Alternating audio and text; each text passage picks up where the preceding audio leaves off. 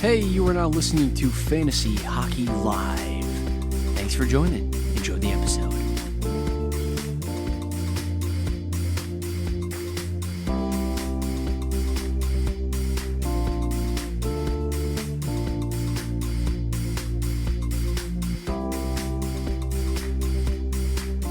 What is going on, everybody? Welcome in, welcome back, and thank you for joining me. Today, I'm going to be discussing Fantasy Hockey 2025-2026. I'm your host, CFH. I am a member of a 4-man fantasy hockey league that we started last year. And this is incredible. 4-man league. We're known for having a good time, having a ton of all-star players on the team, as well as just week to week combating each other and figuring out how to do this thing called fantasy hockey. So today's episode, I figured I'd get you up to speed on our 4 teams, as well as who exactly we have in the league, as well as my thoughts heading into the 2025-2026 season. So without further ado, let's dive on into things here. CFH, I've been into fantasy hockey now for 2 years. I'm coming off a first place finish in the 2024-2025 season where I was able to secure a win out of the 4-man league. Now, how exactly did I do that? That's a wonderful question, and I'd love to break it down for you. So in our league, I think I should start with that, what exactly our league is and what we prioritize. So our league is a 5-person keeper league, so you can keep 5 players. We are known for having 12 forwards, 6 defensemen, 3 utility, 8 bench players, and 3 goalies. So a pretty large roster set, and I'll get into our points structure breakdown and whatnot after the fact. But that's what we're working with. A pretty standard points league, nothing too crazy. But that's all we're working with right now. So if I had to break down our points categories, this is what exactly we have. So going into the 2025-2026 season, our points are broken down in this category here. We have goals at 3, assists at 2, penalty minutes at +0.1, power play goals at +2, power play assists at +1, shorthanded goals at +2, shorthanded assists at +1, and we have game-winning goals at +0.5, hat tricks at +2, shots on goal at +0.5, hits at +0.5, blocked shots at +0.5. When we go into the goaltender categories, we have goalie wins at +4. We have goals against at -1. We have saves at +0.3, shutouts at +3, and overtime losses at +1. So you could see that our categories are extremely heavy on producers. Whether you're a goalie securing a win or you're a player who is known for getting those multi-point category lineups through scoring a goal on the power play that is a hat-trick goal and a game-winning goal, that's a lot of points. Potentially 7.5 if my math does me correct.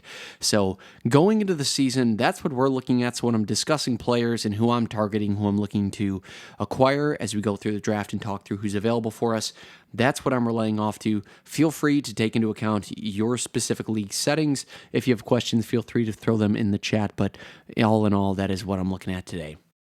So let's get into it. So keepers, this is the first year where we're establishing keepers. Each team had a season to play, feel out some players, who performs, who does not, and we've ultimately gone through and are in the midst of, actually today, keepers are due in about 2 hours to secure our keepers. I'll get you up to speed on who I have, and then I'll introduce you to the greater teams in our league. So myself, I am Team CFH, standing for Chumley Funhouse, referencing Chumley from Pawn Stars. If you're a fan of the History Channel show Pawn Stars, then you'll get a good laugh out of that. If you have never seen it, think of Rick Harrison, think of Chumley, those type of guys. No correlation to it. I just thought it had a nice ring to it. So CFH for short. I'll get you through some of my keepers and what exactly went in my thought process in keeping, and then I'll introduce you to the others. So here at CFH, going into the 2025-2026 season, I'm targeting to keep forward Nathan MacKinnon, forward Leon Draisaitl, forward Kirill Kaprizov, forward David Pastrnak, and defenseman Rasmus Dahlin. I'll pause because I'm sure a lot of you just said, are you kidding me right now? That is stacked. How in the world did this happen? And I will answer all your questions as I as I sift through here. Those are my 5 keepers heading into the season. So we're already off with a very solid foundation. Now let's introduce you to the rest of the league here, because I would be remiss if I do not do that. We have Team Gary coming up. Team Gary. Team Gary's keepers that we are hypothesizing on. And this is something that is subject to change because, like I said, I will not know additional keepers for a little bit more of time. Team Gary keepers consist of Austin Matthews, Nikita Kucherov, Connor Hellebuyck, Kyle Connor, and Mikko Rantanen is Team Gary's keepers. We have Team Brown. Team Brown consists of a very heavy Tampa Bay Lightning fan base, may I say. Team Brown, we have Braden Point, Mitch Marner, Cale Makar, Brady Tkachuk, and Jake Gensel. This is all very subject to change here with Team Brown. I think he is one of the teams that there's a bit of hesitancy in regards to the keepers categories. And I believe our fourth team as well. But Team Brown is in a bit of a debacle in keepers, and that is because he had Matthew Tkachuk in the mix as well for a while, but after listening to Elliot Friedman's recent podcast, he discussed that Tkachuk is expected to miss some time to start the season and come back around a little after Christmas break, the Olympics. He should be back in time for the Olympics, but that's something to factor in when looking at your keepers, because you do not want to sign yourself up for a player who will miss the longevity of the season and you removed a keeper spot. However, if we're talking keepers and we're looking at longevity 2, 3, 4 years, do you want to keep Matthew Tkachuk because he won't be injured every year? Knock on wood, but he's a hell of a player, and especially in our points category league, that's one that you want to take into account. Rounding out the teams, Team 4. Team 4, the 4-man league, we have Team Colt. Team Colt consists of Connor McDavid, Jack Eichel, Zach Werenski, Quinn Hughes, and Sam Reinhart. Now, looking at those keepers, I think Team Colt also has an asterisk by their name, because Team Colt will potentially sub out either Reinhart or Eichel, I'm suspecting, I think he has access to, if I pull it up here, he has access to Mark Scheifele as well. He has access to Adrian Kempe. He has access to Tom Wilson, Macklin Celebrini. So a couple names that definitely have that star power behind them. I'm looking at his goaltending right now from his team last year. I don't think anyone is keepable here or worth being a keeper. But so some decisions to be made, and I'll do an updated episode as we do approach the keepers category and who exactly is keeping who. But just offhand, so to recap, we have Team Gary, Austin Matthews, Nikita Kucherov, Kyle Connor, Connor Hellebuyck, and Mikko Rantanen. Team Brown at Braden Point, Mitch Marner, Cale Makar, Brady Tkachuk, and Jake Gensel. We have Team Colt sitting at Connor McDavid, Jack Eichel, Zach Werenski, Quinn Hughes, Sam Reinhart, and we have Team CFH sitting at Nathan MacKinnon, Leon Draisaitl, David Pastrnak, Kirill Kaprizov, and Rasmus Dahlin. Now, let's get into the league a bit, because a lot of you are probably thinking positioning, forwards, defensemen, etc. Our league runs strictly forwards and defense. We don't get into the whole territorial position-wise of a winger, center, defenseman, goalie. We just do forwards, defenseman, goalie. And that's been something we've run since the beginning. There was discussions around potentially going positional, but I think for the time being, we are going to spend our time in using just the forward defenseman format. So let's get into things here. So let's talk a little bit about keeper thought process, I think, and I'll walk you through my thought process as I went into the keeper category, and maybe some of you are doing the same or thinking about draft choices, and this may help you in that light, or a keeper if you're in that discussion as well, but I'm sure a lot of you are out of the keeper discussion at the moment. But as I was going through my keeper projections and seeing who I wanted to have, if I pull up my team from last year in the player base I was working with, you have your no-brainers, and I established these right off the bat. Nathan MacKinnon, I have as the number one fantasy player in all of fantasy right now. I have him slated over Connor McDavid in our league. And the reason I do that is because shot value, I think MacKinnon brings a lot to the boards in terms of shots. He had 320 shots on goal last year, which is, in my opinion, sensational. I look at Connor McDavid, he was at 196. Granted, McDavid missed a little over under or a little under 20 games, but a good amount of the season compared to McKinnon, who I believe, if I pull this up, played all 82. He played 79, so McKinnon missed 3. So McKinnon McDavid had about a discrepancy of 15 games. I think Nathan McKinnon at 320 shots I liked a lot. And let's also keep in mind his power play production from assists and goals, as well as his goals and assist margins. He ranked up just under, I believe, 116 points last year, which is sensational. So Nathan McKinnon was a no-brainer for me. I as well had Leon Draisaitl in that slot for a no-brainer for my selections out of my base, and I also had David Pastrnak in there as well. Now, where did I have my thought process is in regards to who I might want to keep and might not want to. So I got into the discussion. Kirill Kaprizov was in the mix. I had Mitch Marner originally on my team. I'll get to that in a moment. He was up for discussion for me, as well as I had Rasmus Dahlin in discussion for myself. And you see by my selections on who I ended up keeping. Kirill Kaprizov and Mitch Marner came down to. I knew I wanted to keep a defenseman. I was between Moritz Seider and Rasmus Dahlin. I ended up keeping Rasmus Dahlin since I really liked his peripherals. I think he brings a lot into the game plan in regards to being a physical presence, as well as being somebody who gets in on the play, makes power play goals and assists as well. I look at last season, he had just over 20 power play points. He also ranged around 25 minutes of ice time a night, which, I think a player who's on the ice a ton is going to generate a lot of production for you in regards to peripherals, as well as just general getting involved in the play with goals and assists and power play production. Looking at Dahlin, he had a fair amount of shots on goals last year. I'm having a hard time looking if I can pull this out. 200 shots on net, which I enjoyed from Dahlin. He shoots the puck, and he had 68 points, which was not a career high. His career high 73, but he was up there just around 5 points behind. So I liked Dahlin. I think he brings a lot to the table in physicality from a defenseman standpoint. If I look at the pool of defensemen, who's available, who I could draft, I want to get my paws on Dahlin. But I was torn between Kirill Kaprizov and Mitch Marner. Now, let me walk you through my thought process of that keeper, of Kaprizov versus Marner. Now, Kaprizov's interesting in the sense of he started the year absolutely sensational. If you do recall and you played fantasy last year, you would be aware that Kaprizov was full-blown on a tear to start the year. I feel like every time I was getting a notification that Kaprizov was either scoring, assists, getting multi-shots, being in on the play, he's getting the power play points, he is getting great deployment, and I really enjoyed what I see. And I think, and this is me saying as a hockey fan, if you get a healthy Kirill Kaprizov at 82 games played, I think he is easily in the top 5 players in the league.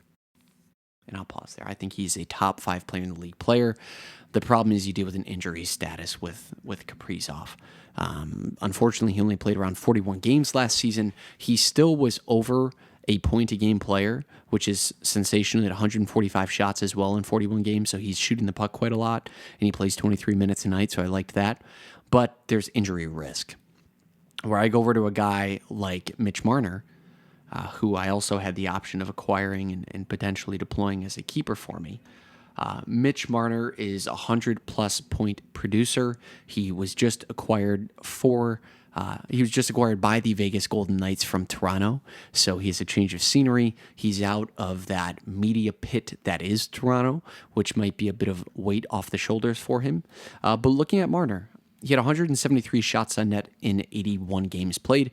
He's not shooting as much as top producers that I like. Kaprizov, for instance, like I mentioned, was right in the neighborhood of 100 and I believe 40 shots at the time being, right? So if I look at Kaprizov got 145 shots in half the games played than Marner. So I knew I was getting a little bit more shot production from Kaprizov, which I was a fan of. And then I also was looking at Marner in the sense of he's moving to a new team. You sometimes see guys move to a new team and slow their production down a little bit. Now, do I think Mitch Marner is going to move to Vegas and not score 100 points next year? No, I think Marner's going to get over 100 points next year. I think he's going to be an absolute force on the power play. That is something that, I was taking into account. Is he's going to produce, he's going to get great deployment. They're paying him $12 million a year. He's going to be a great fit for the Vegas Golden Knights. Marner got 102 points last season. I'm expecting somewhat the same, if not a bit more production next year from Vegas. But I was ultimately nervous about how exactly that would fit, right? Because some guys do have a bit of a lull when they're first acquired. You think back to the Mikko Rantanen when he was acquired to Carolina from Colorado. There was a bit of a lull when he was acquired, and we're looking from a fantasy perspective. Mikko Rantanen was acquired. He was on Colorado. He's producing. He's getting great deployment with Nate McKinnon. He had an incredible season. He put up 104 points in 80 games with Colorado. The year prior, he had 105 points. He goes to Carolina, and he's under a point a game. Right, so he has 13 games played. He only had 6 points, 2 goals, 4 assists. So it just goes to show you that sometimes the transition is not as smooth. Granted, maybe he didn't fit in the system as well as they would have liked him to fit into the system with Carolina. So that's where the discrepancy lies. I think in Dallas, though, he started to click. I really liked how Rantanen looked at the end of the playoffs, especially his historic game against Colorado. But nonetheless, I digress. I think Mitch Marner is going to fit in wonderfully, but there was a bit of risk involved for me, and I liked the peripherals and the upside of Kaprizov a lot more, and I absolutely love Kaprizov as a player. So that was what went through my thought process for my keepers.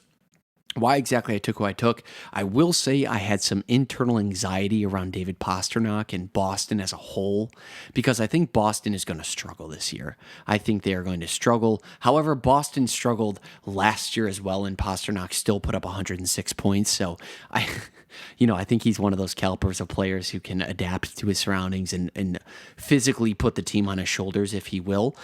So that was my thought strategy with the Keepers League. Now let's talk about what happened with Mitch Marner. So once I got over the internal hurdle of who I'm going to keep and why I'm keeping who I'm keeping, I went through and said, you know what? I'm going to keep Kirill Kaprizov. I'm going to no longer keep Mitch Marner. He is not in my opinion anymore. I then started to do a mock draft. Is there a world where I pick up Mitch Marner in the draft? I'm getting into draft order now, so I'm skipping ahead in the story of everything, but I'm on the turn for the draft for round 1. And do I really think Marner's going to go 1, 2, and 3? Maybe. I was always a bit hesitant, but I didn't know. But I always had the idea of I'd love to get some value back for Mitch Marner. So having that 4th position in the draft, I knew it was on the turn. Marner had to survive those first 1, 2, 3 pickups. There was hesitancy and a bit of concern there, and I wasn't really targeting Marner with my 4th overall pick. I was more targeting him with the 5th pick, but nonetheless, he'd have to make it to me. I was going to get him in round 2, pick 1. But anyway, so I'm sitting there. I ended up getting a call from Team Brown, and Team Brown gives me a proposition of round 2, 2nd overall pick for Mitch Marner, and the 3rd round, 1st overall pick.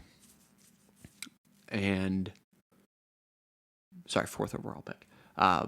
Definitely a thought. I got the wheels turning a little bit, and the reason Team Brown's making this offer to me, and I thought through it. I'm like, well, I know he has Matthew Tkachuk, and he was going to keep Tkachuk, but now with the news that Fred Friedman posted, there's some hesitancy from Team Brown. So I knew that's why. And I really didn't mind that trade up, because I would then be secured to, out of the top, 10 players in the league, I would be getting 3 of them. Other teams would be getting 1, so it's like I 1 or 2. So I'd be getting up to good caliber of players who's available. I have a good bank to choose from out of the top 3, and have 3 picks in a row in the early rounds, which I would rather have. So I thought ahead, and I'm like, you know what? I think this is a good acquisition, because I was never going to keep Marner. Team Brown would most likely take Marner at pick 3 anyway, or Team Colt or Team Gary would probably take them and pick 1, 2, or 3. There's a chance. He's a 100+ point player, so I don't think he'd make it to round 4, let alone pick 5. So I took some thought, and I decided to go through with the offer and traded Marner away for that pick, technically pick 6. as I have picked 4 and 5 already and traded for Brown's second round, second overall pick, and made that acquisition. So traded up in the draft a little bit, and now it gets to who I'm targeting, which is going to most likely be an episode for later in the week, as our draft is, as I'm recording this week on Sunday. We will have the draft, and I will then have a discussion around who I picked and why, what team I think is looking the best, and what you can expect from a team dynamic from them.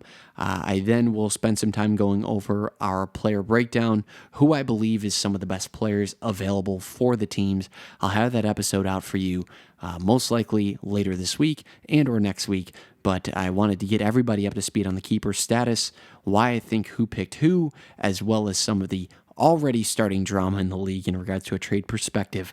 But I hope everybody enjoyed the listening. I had a great time recording for you all today. As always, I'll be back with another episode going through post-draft, pre-draft thoughts. I'll most likely record the episodes of the top available prospects here soon, and then I'll have that released to you in no time. Thank you all again for listening, and I'll see you all in the next episode.